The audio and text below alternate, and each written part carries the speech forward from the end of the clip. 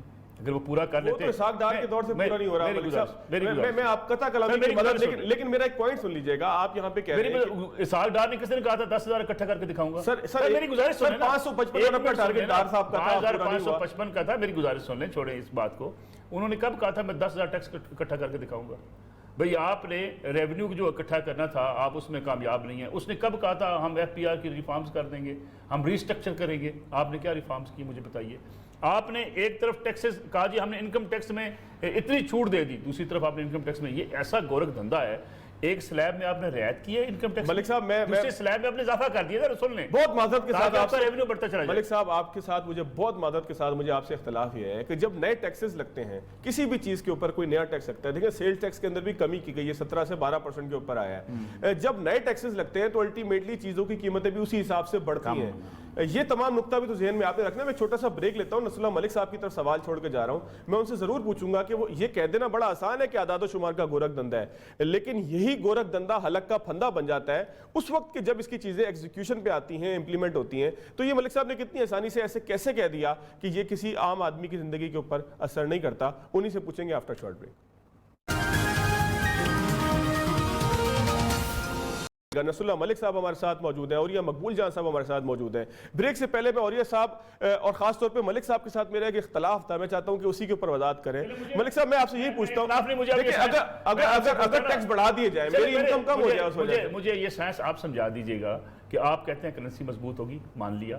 آپ کہتے ہیں ڈالر کی قیمت نیچے آ گئی, لیکن یہ ماننے والی بات اس لیے نہیں کہ آپ کہاں سے لے کے کہاں لے گئے تھے. ذرا یہ تصور کریں نا, آپ کہاں سے لے کے خود آپ کی حکومت کہاں لے گئی تھی, وہاں سے اگر آپ تھوڑا سا جو صاحب نے پوری ایک تمہید کے ساتھ آپ کو بتا دیا کہ کیوں ڈالر کی قیمت نیچے آئی ہے. حضور آپ بچوں کی فیسیں باہر نہیں بھیج رہے ہیں, آپ ٹریولنگ نہیں کر رہے ہیں, حج عمرہ نہیں ہو رہا, باہر سے کوئی آنا جانا نہیں ہے, اس لیے آپ کے پاس ڈالر بچے ہوئے ہیں. اچھا ملک صاحب سن لیں, چلیں اس کو ایک دوسرے طریقے سے ایک منٹ سن تو لیں, صبر تو کریں 1 منٹ کے لیے. آپ اس میں دیکھیں مسئلہ کیا ہے. آپ ڈالر کی قیمت نیچے لے کے آئیں, مجھے بتائیے گھی کی قیمت آپ نیچے ہوگی اس وجہ سے؟ سر مجھے یہ بتا دیں گوشت جو ملتا تھا چھوٹا گوشت 1000 روپے 1100 والا آپ نے 1500 روپے پہنچا دیا. سستا تو اس پاکستان میں پچھلے 60 سال میں کچھ نہیں ہوا. اگر بہت اچھی اکانومی آپ کی ہو گئی ہے تو مجھے صرف یہ بتایا جائے کہ جو 130 روپے ملنے والا گھی تھا وہ 290 پہ اگر چلا گیا ہے تو کیا اس میں کوئی کمی واقع ہوگی؟ ملک صاحب کیا یہ ممکن نہیں ہے اس حکومت کے لیے کہ وہ IMF کے کہنے پہ سر چینی کی پہ آپ نے ہاتھ ڈالا, چینی کی آپ نے کریک ڈاؤن کیا, آپ نے کہا جی ہم نے جنگی ترین صاحب کو اندر کر دیں گے, یہ کر دیں گے, چینی کی قیمت نیچے آ گئی ہے, مجھے اس میں اضافہ ہو گیا حضور. پیٹرولیم مصنوعات میں آپ نے اضافہ کر دیا, پیٹرولیم ٹیکسز میں آپ نے اضافہ کر دیا. صرف ایک بات بتائیے, جب پیٹرولیم مصنوعات کی اور ٹیکسز میں اضافہ ہوگا مہنگائی رک سکتی ہے؟ صرف مجھے ایک بات بتا دیجیے گا, کیا مہنگائی رک سکتی ہے؟ ابھی ہاؤسنگ کی بات ہو رہی تھی, بڑی اچھی بات ہے, آپ نے وہ مارگیج پہ بینکوں فنانس سے آپ گھر دینے شروع کیے ہیں. سر اس کو بھی ذرا اسٹڈی کیجیے گا. آپ نے لکھا ہماری حکومت کے دوران آپ کو یہ ایک کنسیشنل ریٹس کے اوپر آپ کو یہ ملیں گے گھر, آپ کی حکومت ختم ہوگی اس میں اضافہ ہو جائے گا. میں آپ کو ریٹن اسٹیٹمنٹ کا ڈاکومنٹ نکال کے دیتا ہوں, اس میں کہا گیا اور اس کے بعد فردر جو 10 سال ہوں گے وہ بینک ڈیسائیڈ کریں گے سر کہ آپ کا ریٹ انٹرسٹ ریٹ کیا ہوگا. ملک صاحب سسٹم چینج نہیں کیا جا سکتا راتوں رات, آپ ایسے بس چاہتے ہیں ساری چیزیں ٹھیک ہو جائیں.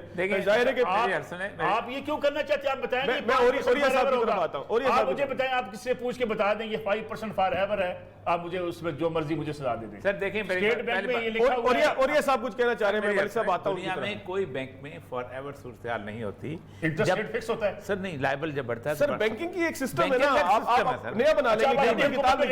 ہمارے 5 سالوں میں یہ ریٹ یہ ہوگا, اس کے بعد یہ ہو جائے گا. نہیں یہ نہیں ہوتا ایسا. وہ کہتے ہیں کہ اوریہ صاحب ایسا کریں, آپ ایک کتاب لکھ دیں, ملک صاحب کو دے دیں, اس کے پہلی مطابق بات ہے بینکنگ کہ سسٹم انہوں بنا نے لیں یہ کہا ہے کہ ہمارے دور کے اندر اگر انٹرسٹ ریٹ بڑھ گیا تب بھی ہم آپ کو اسی پہ دیں گے. یہ بنیادی مسئلہ ہوتا ہے, کیونکہ ہوتا یہ ہے کہ ہر روز آپ ایک صبح سویرے آپ ایک کرتے ہیں لائبل اینڈ قائبر پہ ریٹ اٹھاتے ہیں. بالکل صحیح. اس کی بنیاد کے اوپر اور پوری دنیا میں آج بنایا ہوا نہیں ہے. قائبر کہتے ہیں کراچی کا بینک ریٹ اور لائبل کہتے ہیں لندن کا بینک ریٹ. بالکل اس کے اوپر آپ کا بینک آف انٹرنیشنل سیٹلمنٹ, اس کا حکومت کا کوئی کام ہی نہیں ہے بینکنگ سسٹم کے اندر. سسٹم ہے, اس سسٹم کے اندر بڑھتے رہتے ہیں, کم ہوتے ہیں. جاپان میں 0 انٹرسٹ ریٹ آ گیا, جاپان میں نیگیٹو آ گیا, اس کا حکومت کا کام ہے کوئی, بیسیکلی بینکنگ سسٹم کا کام ہے یہ بیسک. اچھا اب آتے ہیں کہ بنیادی طور پہ ایفیکٹ کیسے ہوتا ہے. فار ایگزامپل میں جاتا ہوں بازار میں یہ موبائل کے لیے, ایک سیکنڈ کے لیے, میں جاتا ہوں, حکومت کا کوئی کام نہیں ہے, شادیانے مت ہو جائے کہ 5% ہم انٹرسٹ دے رہے ہیں. میں پی ٹی آئی کی بات کر رہا ہوں, میں پالیسی تو حکومت نے دی ہے, میں بجٹ کی بات کر رہا ہوں. اچھا تو یہ پالیسی بھی حکومت نے دی ہے. آپ یہ موبائل خریدنے جا رہے ہیں, آپ 1 لاکھ روپے کا موبائل ہے, آپ اس سے 1,17,000 روپے لیتے ہیں. ٹھیک ہے, 17 سے 12 آیا نا جی, 1,12,000 کا ہو گیا نا. بالکل ٹھیک ہے, تو یہ کس نے کم کیا؟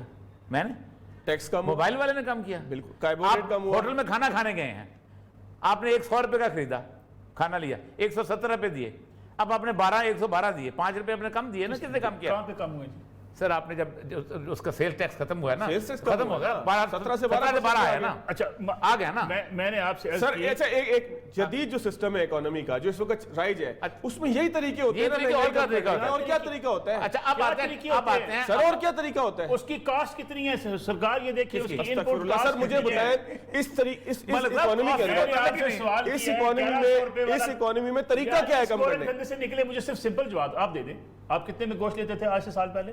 سر 1000 روپے تھا, 1200 روپے ہے.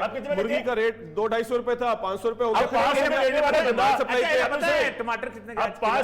ٹماٹر 20 روپے کا کلو ہو گیا, 20 روپے کلو ہے, 100 روپے بتا. سر ریسٹورنٹ کی بات پہلے ختم کر لینا.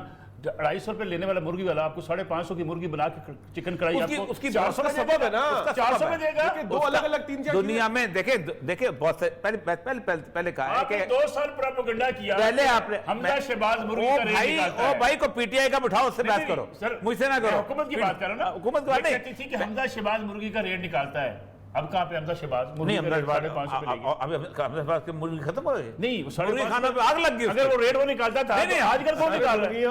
مر گئی. کورونا کے دوران بند ہو گئے آپ کے, کیونکہ آپ کے ہوٹل بند تھے, آپ کی شادیاں بند تھی. کورونا کے دوران اس وجہ سے جو فارم تھے مرغیوں کے, جو پولٹری فارم تھے وہ بند ہو گئے, لوگوں کو نقصان ہو گیا.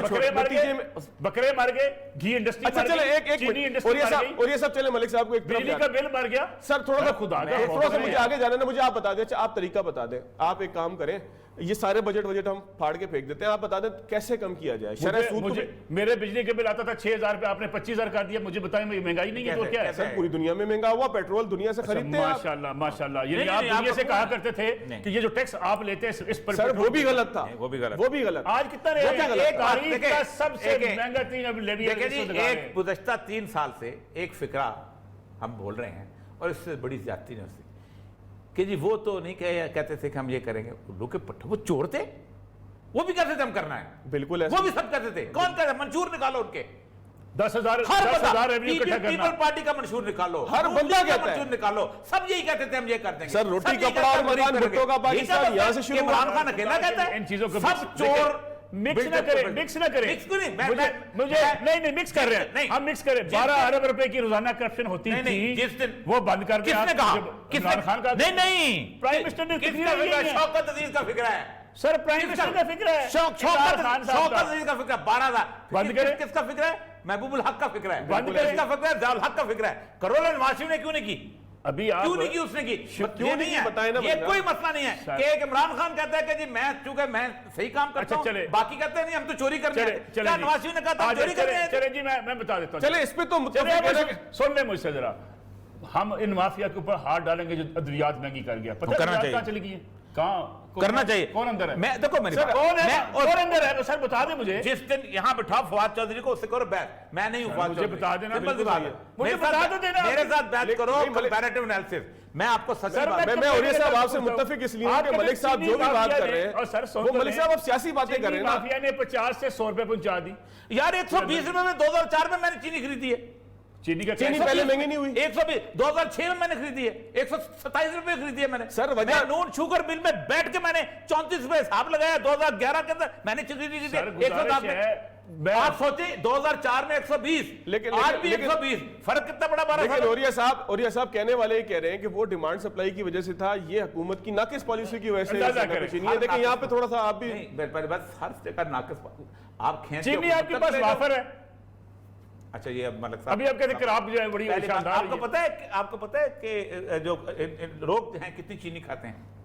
اچھا چلے 20% آپ کی 80% کمرشل ہے چینی. کمرشل چینی ہے. آپ جو شربت بناتے ہیں, آپ جو کینڈیز بناتے ہیں, ابھی پچھلے دنوں لوگ تو 20% چینی کھاتے ہیں. پچھلے دنوں حمزہ شہباز صاحب سے کہا گیا کہ آپ اپنی چینی بیچانا کو بھیج دیں, حکومت نے کہا ہے, تو انہوں نے کہا نہیں میں نے ایک بڑے فواد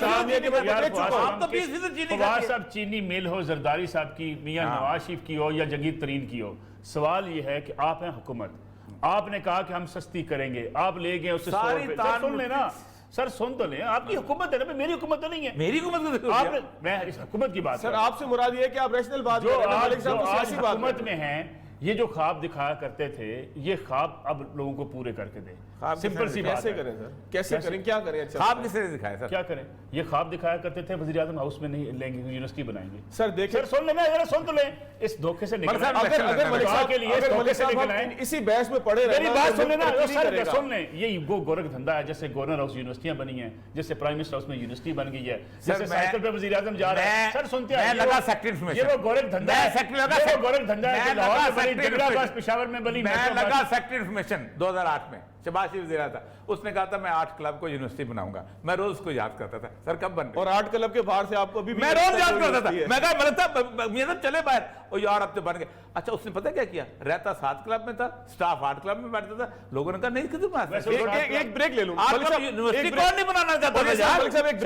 ایک چھوٹا سا بریک لیتے ہیں, اور یہ مقبول جان صاحب اور نصر اللہ ملک صاحب یہی موجود رہیں گے, ان سے پوچھ لیں گے بجٹ کیسے بنتا ہے, اور خاص طور پہ پی ڈی ایم سے جو پی نکل گیا ہے اس کے اوپر بھی کچھ بات ضرور کریں گے آفٹر شارٹ بریک.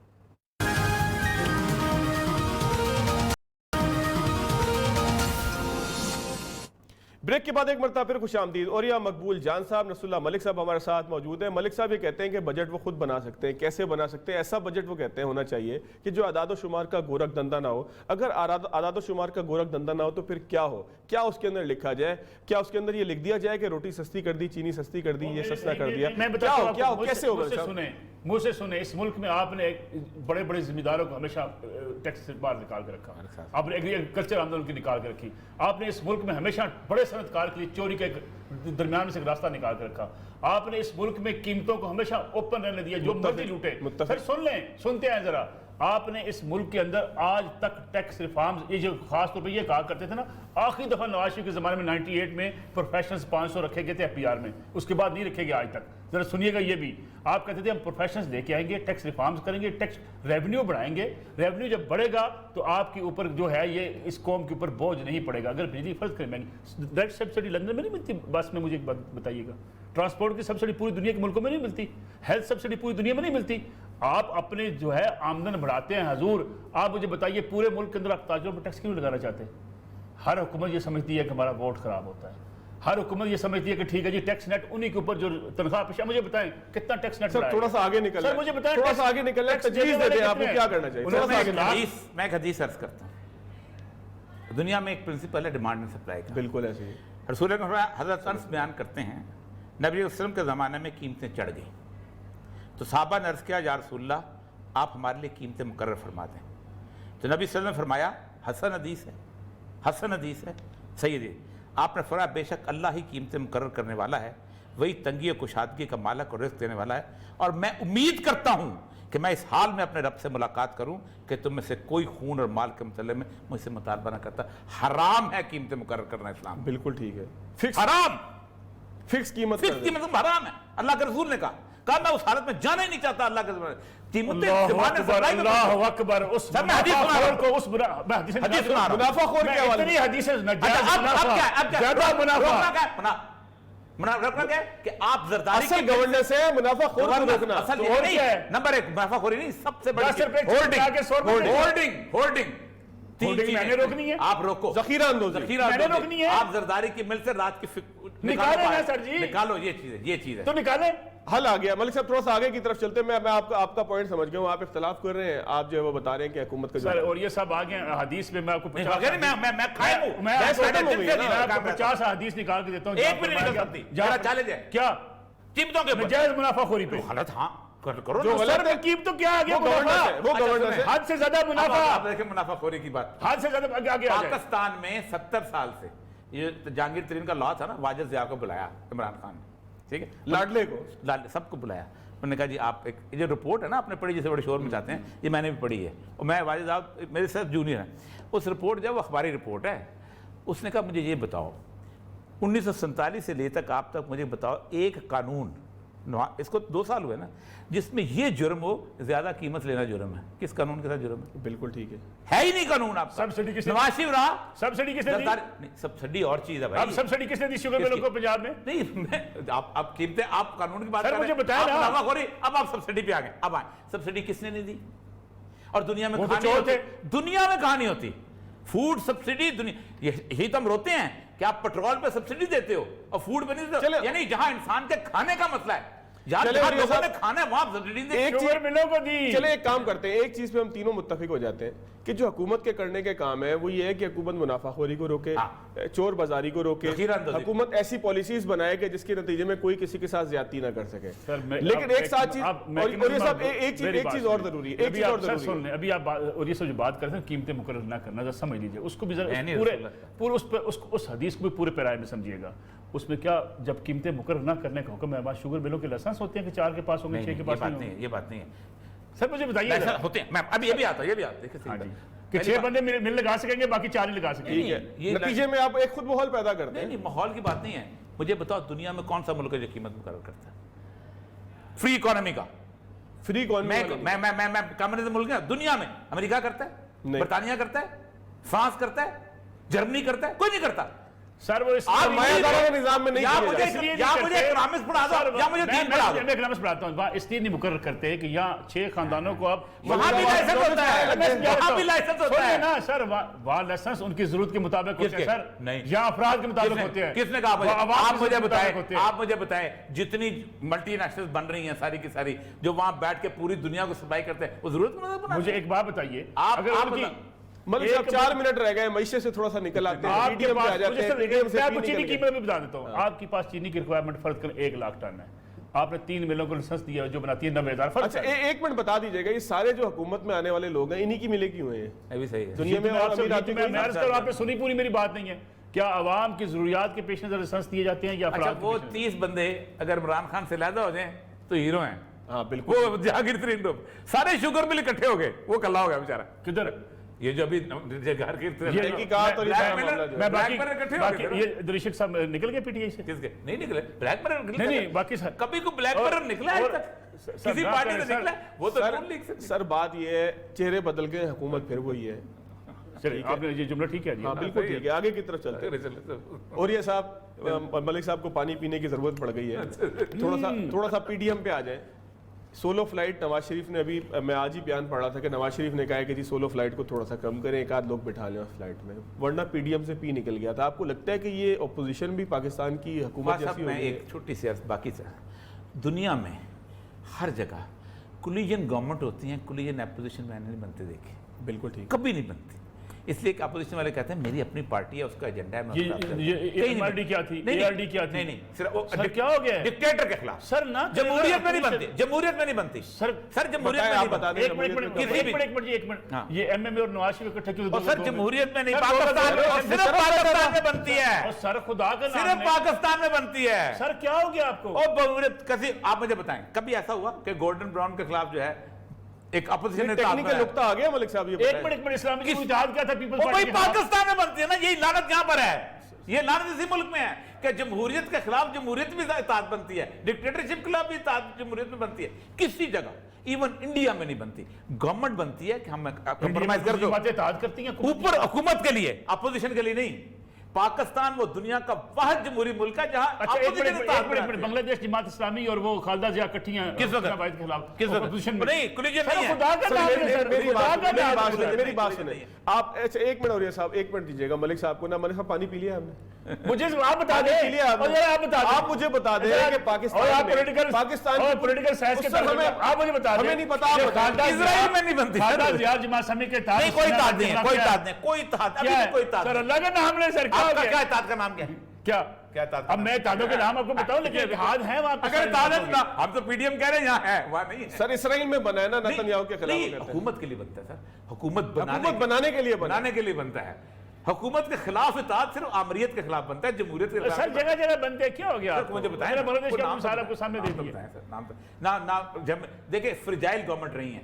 انگلینڈ سے زیادہ کہاں فرجائل گورنمنٹ رہی ہے, جرمنی میں کہاں فرجائل گورنمنٹ, ایون سرکوزی کی فرجائل گورنمنٹ. کوئی وہ کہتے ہیں ہماری اپنی پارٹی ہے, ہم اس کے ساتھ ہیں, حکومت کے لیے کمپرومائز کر کے بنتے ہیں. پاکستان لیکن آپ سمجھتے ہیں کہ کسی جمہوری حکومت کے خلاف اپوزیشن کا اتحاد فطری نہیں ہوتا, بن ہی نہیں پاتا؟ سر مسئلہ آپ مجھے بتائیں کہ سائنس نہیں مانتی. مربع ہے بھٹو صاحب کے حالات کیا تھا؟ کس کا؟ بھٹو صاحب. پاکستان کی یہ خرابی ہے نا, ہم تو یہی تو رو رہے ہیں یار, پاکستان کی خرابی, یہی تو رو رہے ہیں کہ اسی ملک کی خرابی ہے. چلے آپ دونوں صاحب کا بہت شکریہ, آپ لوگ یہاں پر آئے اور گفتگو ایک بڑی خوبصورت انداز سے ہوئی. اختتام یہیں پر کریں گے کہ ملک صاحب ہوں یا اوریہ صاحب, دونوں ہی پاکستان کے خیر خواہ, پاکستان کی ترقی چاہتے ہیں. ان کے درمیان اختلاف موجود رہے گا اور یہی جمہوریت کا حسن ہے کہ اختلاف رہتے ہوئے بھی لوگ آپس میں ساتھ چلتے ہیں. اسی طریقے سے حکومت اور اپوزیشن کو بھی پاکستان کے متعلق جو معاملات ہیں اس میں ساتھ چلنا ہوگا. آج کے پروگرام سے اتنا ہی, اگلے پروگرام تک یاد دیجیے. اللہ حافظ.